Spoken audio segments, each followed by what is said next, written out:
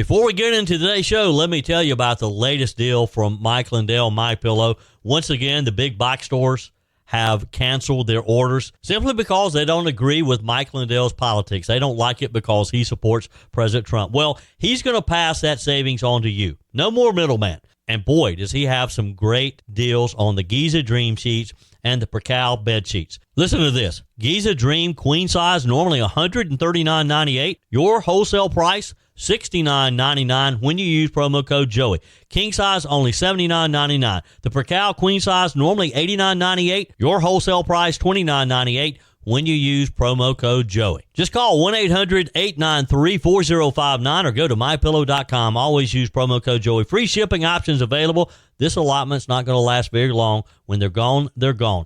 MyPillow.com, promo code Joey. Thanks for joining me in the PhD Weight Loss and Nutrition Studios. To lose weight for the last time, visit myphdweightloss.com. Welcome in. Here's what we'll be covering today. Another tragedy in Pennsylvania, as 5 police officers were shot and 3 were killed in a shooting in York County, Pennsylvania. We have the latest details for you in today's show.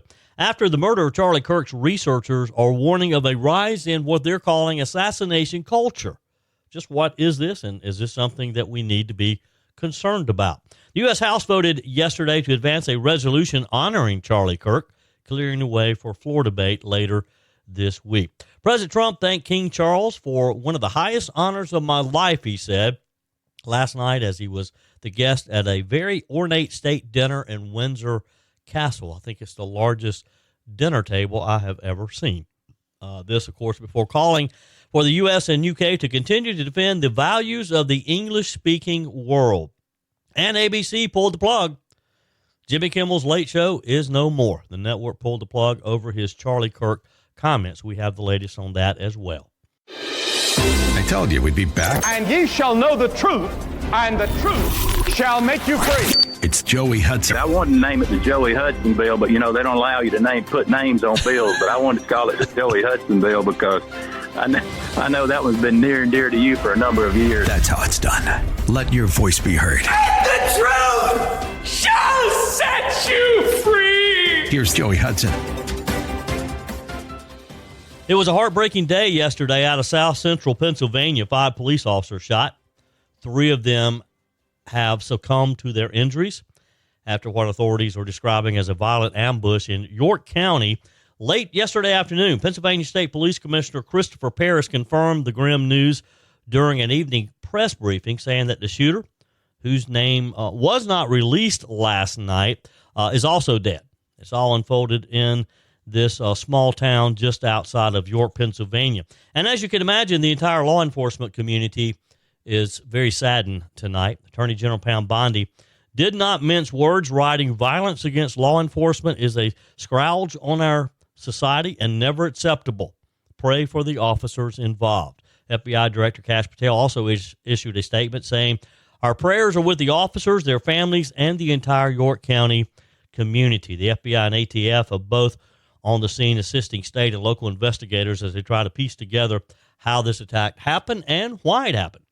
Pennsylvania's Governor Josh Shapiro and the state's Attorney General Dave Sunday immediately announced that they were headed to York to investigate as well. Meanwhile, WellSpan York Hospital confirmed that it is treating 2 individuals related to the incident, though they have not yet said if those patients are officers or civilians. A news conference is scheduled for later today where we expect to get additional details. The nearby Spring Grove School District went into a temporary shelter in place as a precaution, though officials emphasized that there was no threat to students at any time. That order was lifted late afternoon, and the all clear was given for the parents to pick up the kids. Local reporters on the ground described a massive police response, as you can imagine, helicopters circling overhead, streets cordoned off as officers rushed to get control of what was clearly, as witnesses described, a chaotic and deadly situation. The Mexican consulate in Philadelphia even put out a notice advising the Mexican community in the area to follow all official instructions as the scene unfolded, though at this point there's been no word on how or if the Mexican community was connected to this incident at all. I felt it was kind of odd when I read this notice from the Mexican consulate. Maybe they know something we don't know. So the big question is why? What led to this calculated violence, or what appears to be calculated violence, targeting law enforcement officers who put on the badge every single day to protect their communities? Of course, tomorrow we'll be celebrating and recognizing law enforcement in Greenville, South Carolina. It's Law Enforcement Appreciation Day. We've talked about it some over the past few weeks. Tomorrow's the big day, and I'll have Sheriff Hobart Lewis on the show with me tomorrow morning, and then we'll serve 600 plus officers tomorrow as they'll come through for breakfast and T-shirts and all types of gifts that have been handed out throughout this week for some lucky officers. Again, just a small token of the upstate communities, so just a pat on the back, if you will, for our local law enforcement, letting them know they're appreciated for everything they do. Now, back to Pennsylvania. We don't know the motive. Investigators are kind of tight-lipped so far. Again, we may learn more today at a news conference. What we do know is that 3 families are grieving and 2 more are sitting in hospitals praying that their loved ones pull through. We also know this. These kinds of targeted attacks on law enforcement are becoming far too common in our country. Officers are being ambushed, disrespected, vilified, and yet they keep showing up every single day knowing the risk. And again, that's just more reason for us to have Law Enforcement Appreciation Day tomorrow. I'll be telling you more about that later. It was pomp, pageantry, and a personal touch as President Donald Trump was honored by King Charles III at a dazzling state dinner at Windsor Castle last night. Have you ever seen a dining room quite like that of the one that they were in last night? Standing beneath the knight's armor in the historic St. George's Hall, President Trump called the moment one of the highest honors of my life. Now, this is a man who's been in some pretty nice places. He owns a lot of nice places. Trump said, such respect for you and such respect for your country, as he was seated between King Charles and Princess Catherine, who made a graceful appearance as she continues recovery from cancer treatment. Meanwhile, First Lady Melania Trump turned heads in a bold Carolina Herrera gown, a yellow dress clenched with a lilac belt. I read that. I didn't write that. Seated nearby was Prince William and Queen Camilla. The atmosphere was formal, yet the president kind of made it warm, didn't he? He added his own twist to it as he went off track he had a prepared speech in front of him. You could tell it was in some type of nice leather binder. But like Trump goes off script of teleprompters, he went off script. He cracked a few jokes, saying he hoped to be the last American president to get invited to 2 state dinners. The reason it was so historic was this was his 2nd state dinner. That's very odd, very rare. It prompted a laugh from King Charles. You could see the king, the whole table laughed about it. And the king responded in kind, poking fun at an old rumor involving President Nixon and his daughter Tricia. Said, had the media succeeded in the 1970s in deepening the special relationship, I might have been married into the Nixon family. There were rumors that maybe there was something that President Nixon wanted his daughter Tricia to date then Prince Charles. Beyond the light moments, there were powerful remarks from both men, though. The king reflected on a remarkable journey, as he called it, between Britain and America, saying, in 2 world wars, we fought together to defeat the force of tyranny. Today, as tyranny once again threatens Europe, we and our allies stand with Ukraine. And Trump, in his prepared speech, praised the king as a lifelong defender of heritage, nature, and British character, even referencing a 1993 letter from Charles expressing a desire to put the great back into Great Britain, something Trump called a forerunner to his own Make America Great Again.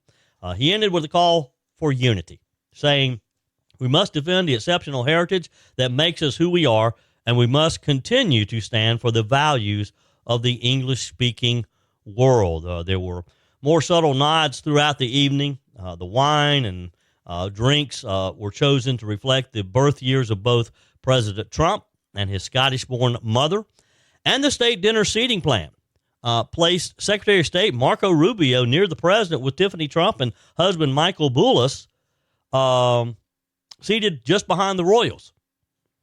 As the two couples made their way into the hall, King Charles and President Trump were seen chatting.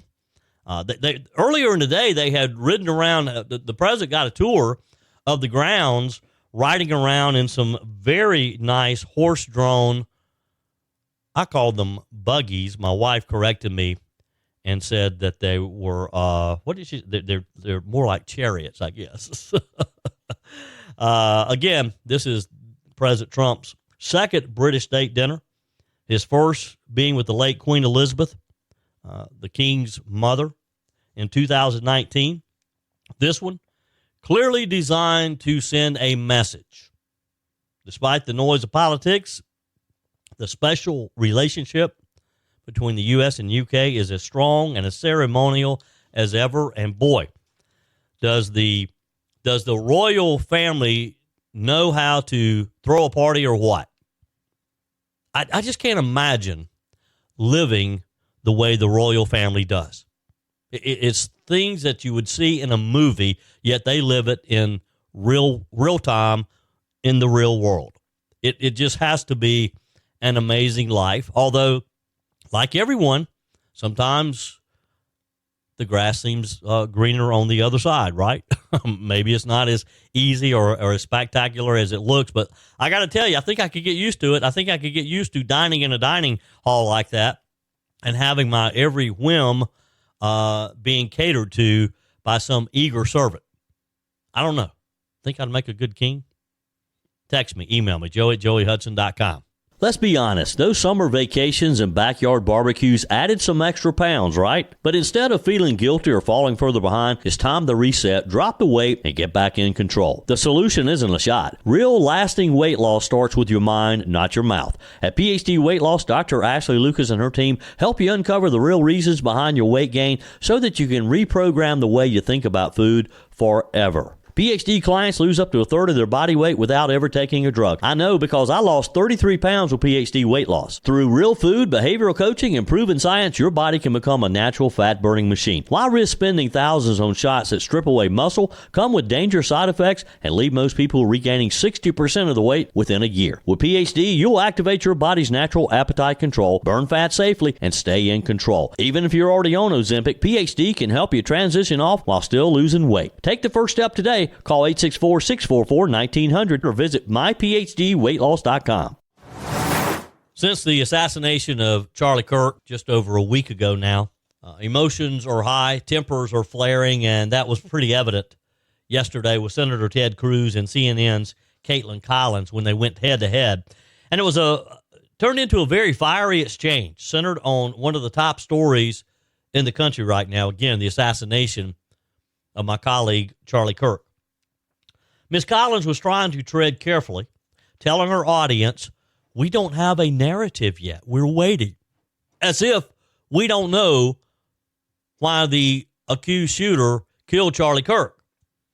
Even though Utah's governor and the FBI have both already said the suspect, 22-year-old male, was just bowled over in leftist ideology and had grown more radical in the months leading up to the attack. In fact, his mom just yesterday said that her son had become more political, leaning left and supporting pro-gay and trans rights in recent months. This is from his mother. She also recounted heated arguments between the accused shooter, and his father, who held sharply different views and regularly sparred over their competing ideologies, according to both the mom and the dad. At one point, she told police that her son dismissed Kirk's Utah Valley University event as a, quote, stupid venue and claimed Charlie Kirk spreads too much hate. Prosecutors now argue that political hatred was at the core of the alleged shooter's actions. Now, in court filings, they allege he intentionally targeted Kirk because of his political expression, and his parents recognized him from surveillance video after the shooting. Prosecutors wrote, when asked why he did it, the alleged shooter explained there's too much evil and the guy, meaning Charlie Kirk, spreads too much hate. This is very clear on motive, I would say. Yet CNN doesn't want to admit a radical left-wing, trans-loving guy was angry at perceived bias against his boyfriend. That's what this boils down to. It's pretty simple. The guy was enraged about what he thought was Charlie's hatred of gays and trans. That wasn't true. But this guy appears to have worked himself into a rage, but CNN just doesn't want to admit the narrative. Senator Cruz wasn't having it. He said, of course we know. Various times trying to interrupt her, Caitlin Collins kept interrupting Senator Cruz, saying, well, we don't know yet. We don't know yet. And he's very emphatic. Yes, we do know. We do know. Here's the exchange. You said a lot there, and we don't have a motive yet. We don't know yet. We're waiting. Obviously, we've heard what the governor's had to say, what the FBI director said today. Come on, we don't have a motive yet. We know. We don't have a motive yet. What's really? happening with? Really, that's CNN's position. I mean, from law enforcement, he just happened Senator. to fire the gun in celebration. You can't tell the motive. Senator, that's not what I said. And I said law enforcement hasn't laid out a direct motive. They've laid out a lot of evidence here of these messages and what the shooter said to They've said that family he was a members left-wing and to activist who hated roommates. Charlie Kirk. Pardon? Senator, with all due respect, you know exactly what I'm saying. I'm not arguing with you politically. I'm saying that law enforcement has not put a specific motive. You know that there's a difference of what they're putting in a legal argument than what you're talking about. And you're not even. We're not even arguing about the facts here. What you just said is false, Senator. Caitlin. No. Caitlin. Facts. Hold on a second. Let me answer your statement because what you said is factually Senator, with all false. due respect, law enforcement. with all due respect, you're putting a lot of statements okay, go ahead, that I did give your not speech. say. And I want to get back to. We just laid out the facts. You in the just opening said of the law show, enforcement has what we not learned laid from out a motive. prosecutors That today. is And we just spoke objectively to the false. Deputy Attorney General. That is So objectively false. They What have not you were said a saying concrete is motive of objectively exactly false, what it was. and They've laid out CNN should every not be evidence that we engaged know in so far. misinformation. Caitlin, answer my question. It's not Have you seen the misinformation, polling Senator. that shows the vast majority of You were Democrats taking what I believe said this murderer is a about Republican and a that. Trump supporter? Have you seen that polling? And that's why CNN is losing in ratings and in revenue, because they just don't want to admit the truth. And frankly, it's hard to argue with that. It's hard to argue. You have to really go out of your way to argue with what Senator Cruz was trying to, the point he was trying to make, with all the information we already know. We know about the alleged shooter's text admitting he had had enough of Kirk's hatred, declaring he had an opportunity to take Charlie Kirk out. That's not speculation. It's evidence. It's the alleged shooters, the accused, his own words, his text to his boyfriend, to his trans boyfriend. But Collins kept pushing back, saying, oh, I'm not arguing politically, just pointing out that law enforcement hasn't formally labeled a motive yet. Well, they actually have. In the charges this week, they have pointed to the evidence they have, to the text messages, to the testimony of his mom and dad and others on other online communications that this young man had. Collins said she didn't believe anyone should celebrate the assassination, and then quickly wrapped up the interview, cut Senator Cruz off, and moved on. Meanwhile, the FBI director, Deputy Director Dan Bongino, revealed this week they're digging deeper to see if Robinson, the young shooter, had help, if he was part of a broader plot or, quote, an extended network. He said the accused shooter appeared to have been taken over by ideology, and the FBI director, Kash Patel, confirmed that texts show that this young man said he was going to kill Kirk because of hatred for what he stood for, or what he thought Charlie Kirk stood for. If he'd have taken the time to have watched some of Charlie Kirk's, some of his previous YouTube videos, just that simple, go in and search Charlie Kirk's YouTube channel, you could see what Charlie Kirk, how he clearly felt about the entire trans movement. He didn't hate these people. He thought they were misguided, and he thought biblically that they were going against God's own view, but he didn't hate the people. And in fact, there are many videos, many instances where Charlie Kirk clearly said that he loved them. There was one that I happened to stumble across yesterday of Kirk and a young man who immediately said, I am a gay conservative. First thing Charlie said was, you don't need to talk about your sexuality, you are a conservative. You don't need to tell us your sexual orientation. That doesn't mean anything to me. It's not important to me. That was how Charlie Kirk communicated to these young men and women. But this guy, for some reason, he got sucked into this dark, dark world and felt like that Charlie Kirk was full of hatred. So when Ted Cruz pushed back on the media's refusal to connect the dots, he's echoing what a lot of Americans are thinking. We do see a motive here. It's very clear, and it's ideological. It's very clear that it's ideological. Is there any other way to look at it? I'd love to hear it. Text me, email me, joey@joeyhudson.com.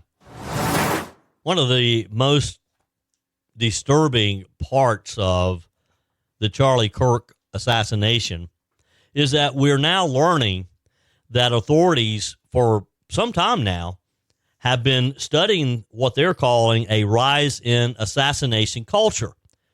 In fact, we've learned that Charlie Kirk himself had suspicions of this growing culture. And that's the question that's being asked after the death of Charlie. It was a topic among House lawmakers yesterday. FBI Director Kash Patel told House lawmakers that this is not a 1950s America anymore and that cyberspace needs to be tackled.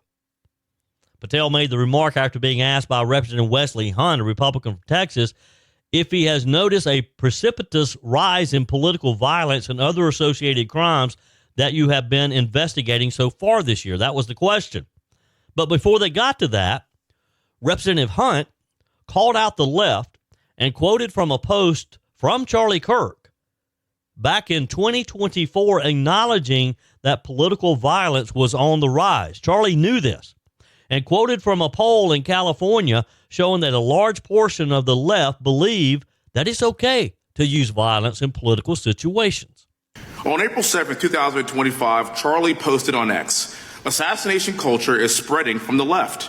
48% of liberals say it would be at least somewhat justified to murder Elon Musk. 55% say the same about Donald Trump. In California, activists are naming ballot measures after Luigi Mangione. The left is being whipped into a violent frenzy and set back. Whether losing an election or losing a court case justifies a maximally violent response," end quote. And unfortunately for Charlie, that reaction also came when they couldn't win a debate on a college campus. You cannot be intellectually honest and say that this problem is on both sides. It's not just what happened to President Trump, it's also what just happened to Charlie. And we've gotten to a point in America where violence is encouraged. When you have a former president of the United States that opens up his campaign in 2019, that's Joe Biden, by saying that his opponent is a, quote, existential threat to this country, Houston, we have a problem. People that you disagree with are not existential threats. They are not Nazis. They are not fascist. They are not racist. They are not deplorable. They are not irredeemable. They are your fellow Americans who have a different perspective on how government should run and what government should look like. Whether or not we should have strong sovereign borders, whether or not we should have safe communities, whether or not we should have places to worship our God and not worry about being shot, whether or not we live in communities and cities that are not overwhelmed by drugs and crime, whether or not we have two genders, and whether or not we have common sense in our policies and our values. And people that believe these things are not existential threats. I happen to be one of these people that believes all of the above, and as someone that served this country in combat, I can assure you I am not an existential threat to this country because I swore to protect her. All good points, right? I'd say that Representative Wesley Hunt hit the nail on the head. He followed up, though, with a question directed at FBI Director Patel, asking about the rise in political violence and what he thinks the FBI can do about it. I also want to point out, how many cities have you seen burned to the ground since Charlie Kirk's death? 0. No summer of love, no riots, no nothing, no looting, no killing, none. We simply gathered and prayed for his soul, his family, and his country, because that's exactly what we represent. And while we might be angry, this righteous anger will carry on Charlie's message and legacy. I want everybody to know something very simple. Charlie is not dead because of what he said. He is dead because people listened. My time is limited, so I have a few questions for you, sir. And again, thank you very much for being here. I really appreciate your time and your service. In your experience in the FBI, have you noticed a precipitous rise in political violence and other associated crimes that you have been investigating so far this year? And if so, is this trend in motive left-wing or right-wing violence? I can always speak generally, sir. There is too much political violence, and it has been a precipitous rise on too many fronts. How do we solve this?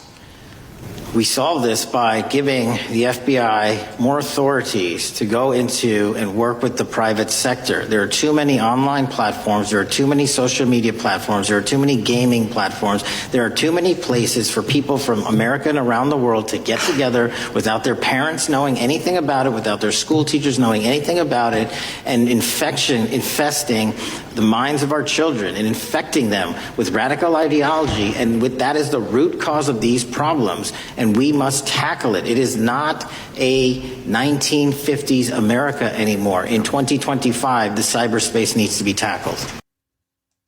So is this assassination culture something we all need to be concerned about? Researchers are sounding the alarm. The same thing that Turning Point USA founder Charlie Kirk warned of literally just months ago, before a sniper's bullet took his life as he spoke in front of a crowd of students on a Utah college campus. The Network Contagion Research Institute and the Rutgers University Social Perception Lab teamed up in a recent non-probability-based intelligence report on the issue. They warned that arsons targeting Tesla cars and the idea of killing billionaires has become a meme aesthetic for political violence, especially among the far left, particularly among the far left. Citing the attempt on President Trump's life during a campaign rally last year, they said following the July 13, 2024 attempted assassination of President Trump, tolerance and even advocacy for political violence appears to have surged, especially among politically left-leaning segments of the population. These are researchers. This is not some political group saying this. Researchers looking at the data are saying this is happening especially among politically left-leaning segments of the population. Now, separately, federal prosecutors warned late last month that the accused assassin, Luigi Mangione, could inspire more political killings. It's just crazy how this young man has been celebrated. People have raised money for his defense when you can see on the video of him killing that man in broad daylight, shooting him in the back, cowardly shooting him in the back.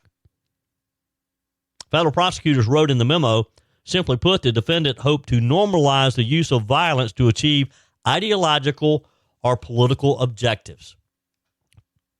2 weeks later, we have a sniper shooting and killing Charlie Kirk as he held the mic at an event in the courtyard at a university, doing what he does so well.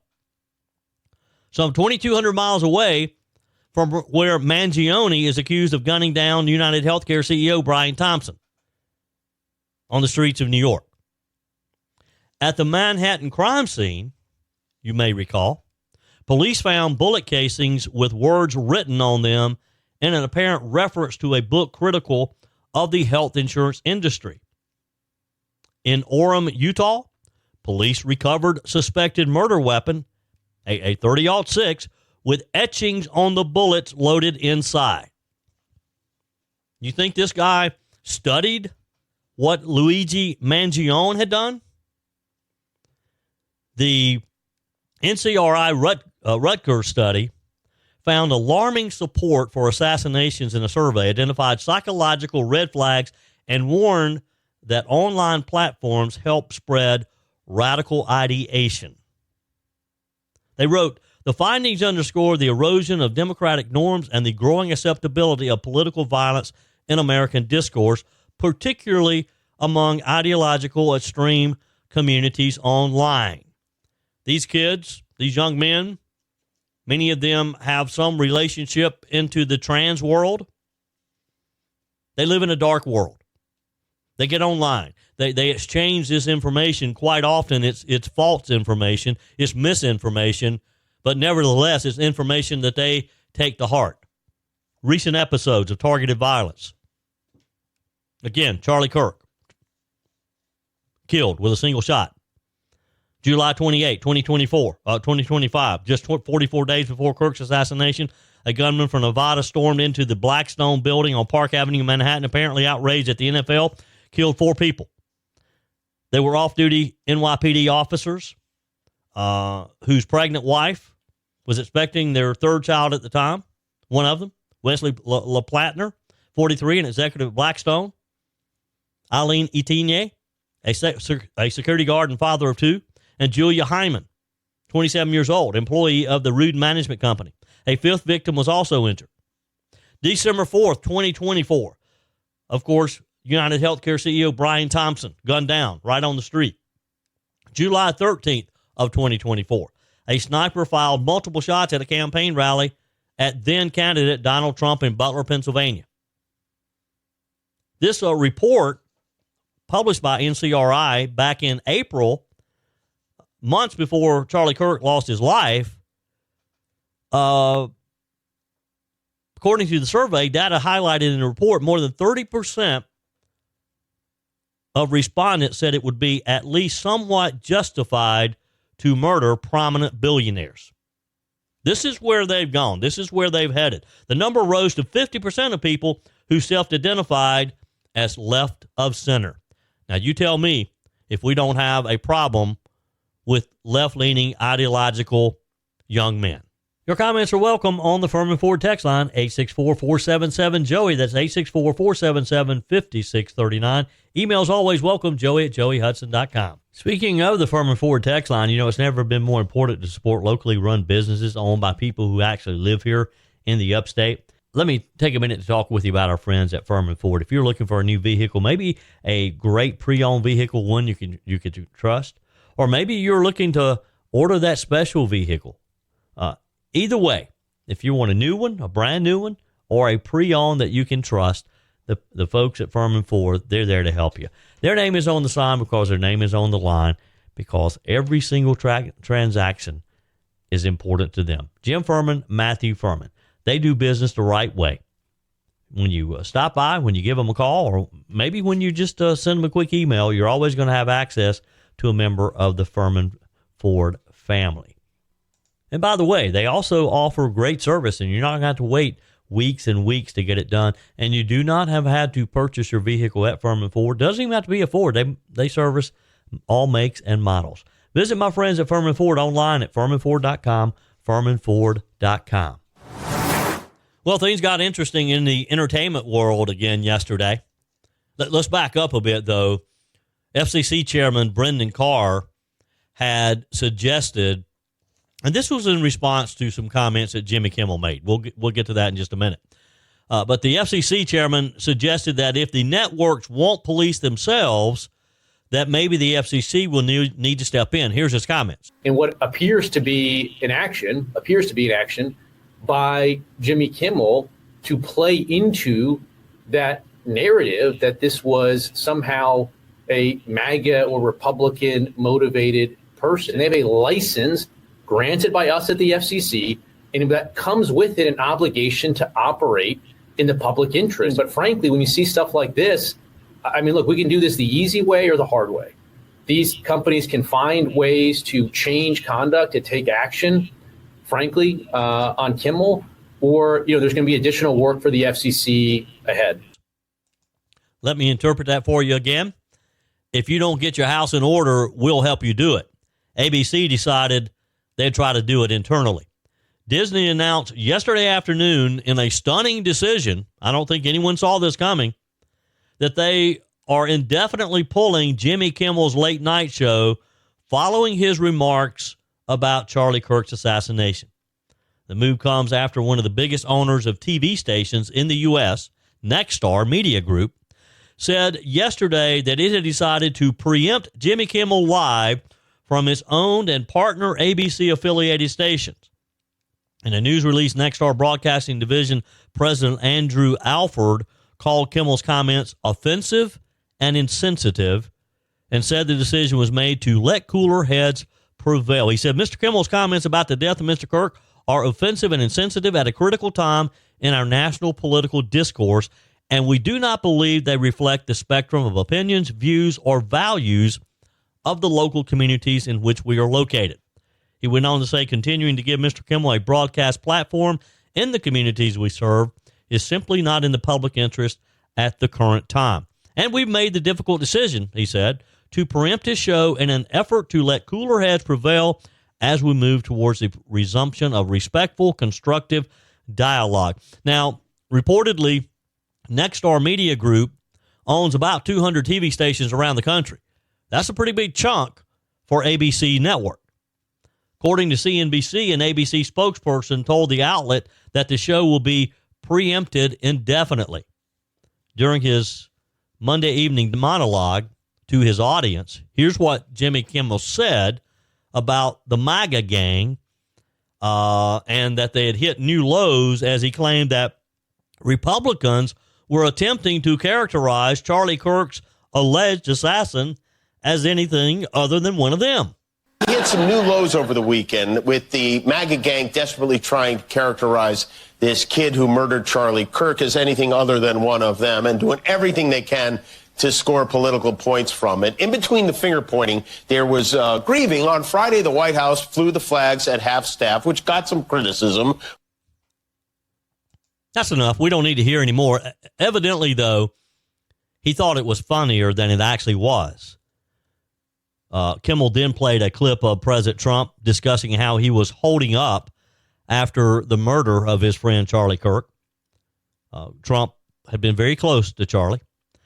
And as the audience laughed, Kimmel mocked Trump's reaction, saying it resembled how a 4-year-old mourns a goldfish. Prior to the arrest of the accused assassin, officials revealed bullet casings from the rifle used to kill Charlie Kirk contained a series of phrases like, hey, fascist. If you read this, you are gay, LMAO. A third bullet casing also had the engraving of Bella Ciao, which matches an Italian song name that became a left-wing anthem during World War II. Now, evidently, Kimmel was getting some of his material from some online speculation from Democrats and the left that the accused shooter may have been a radical right-winger.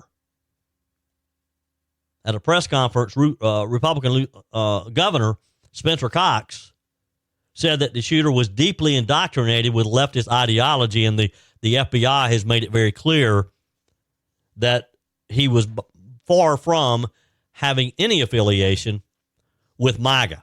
He hates everything that MAGA stands for. Therefore, he hated Charlie Kirk. And that's why he took Charlie Kirk's life. Now, Kimmel has long criticized Trump and his administration. Previously having to backtrack on comments about billionaire Elon Musk. In March, during his monologue, the late-night host mocked Musk's interview with Fox's Sean Hannity, which addressed a rise in riots targeting Tesla vehicles following Department of Government efficiency cuts. We saw that. We saw some of the people who had been some of the biggest Elon Musk fans, some of the left who loved the electric vehicles, turn on Elon Musk in a big way. They were literally firebombing Teslas and Tesla dealerships. Musk had suggested that the incidents were linked to mental illness in the U.S., while Jimmy Kimmel appeared to justify the unrest, saying people get mad and you pull out a chainsaw to celebrate firing thousands of people, he said. Kimmel added, my God, I mean, this poor guy, you do one, maybe two Nazi salutes, everybody gets all bent out of shape. Wow. After facing online backlash, Kimmel later told his audience, please don't vandalize Tesla, pausing with a sarcastic facial expression that some interpreted as subtly endorsing the idea, that little sheepish look, saying, I'm only saying this because my boss told me to. But Jimmy Kimmel is paying the ultimate price now. He's not as funny as he thinks he is. And good for ABC for recognizing this and pulling the plug. Good for ABC to finally realize that you can't just go against the people that you're trying to serve. And that's what Nexstar, this Nexstar media group, brought home to them. Because Nexstar appears to me, and I don't know a lot about the company, but just in what I read about them yesterday, they appear to be a company who truly want to serve their communities. Because what you have to understand is most of the local TVs who are airing ABC are locally owned, or at least regionally owned. ABC doesn't own a bunch of TV stations. They provide the programming that other media companies air. They become an ABC affiliate. And what they're interested in is serving their communities, keeping their viewers on their TV sets. And when they realize that the ABC programming is alienating the people they're trying to serve, they're going to cut bait and move on very quickly. And that's what Nexstar did. And good for Nexstar. Good for them standing up and saying, you've gone too far this time. If more companies will do that, we'll cut out some of this crap. We'll cut this out. We'll let the left know that you can't just bully and badger people into doing things that we all know is not right. We'll see. Who's next? That's it for today's edition of Just the Truth. Thanks for joining me in the PhD Weight Loss Studios. To lose weight for the last time, visit myphdweightloss.com. If you haven't joined my mailing list yet, visit my website, joeyhudson.com. Click on the Connect with Joey button so that you can receive our emails and the most up-to-date news. Also, join me on my YouTube channel. Be sure and like, comment, and subscribe. Just search for Joey Hudson. As always, thanks for spending a few minutes of your day with me. Do me a favor and forward this episode to a few friends. Just click on the share button and send to your contacts. We need to build an army of conservatives to win our country back, and we can do that by continuing to share the truth with our friends and family. Keep those comments coming via the Furman Ford text line 864-477-JOEY. Email to joey@joeyhudson.com, and I love your messages on the MyPillow message line. Again, that's 864-477-JOEY, 864-477-5639. Be sure and take advantage of the MyPillow special, just $14.88 on the standard MyPillows when you use promo code Joey. Order online at mypillow.com or call 800-893-4053. We're back again tomorrow and hope you'll plan to join us. Until then, remember, God's got this. He's still in control.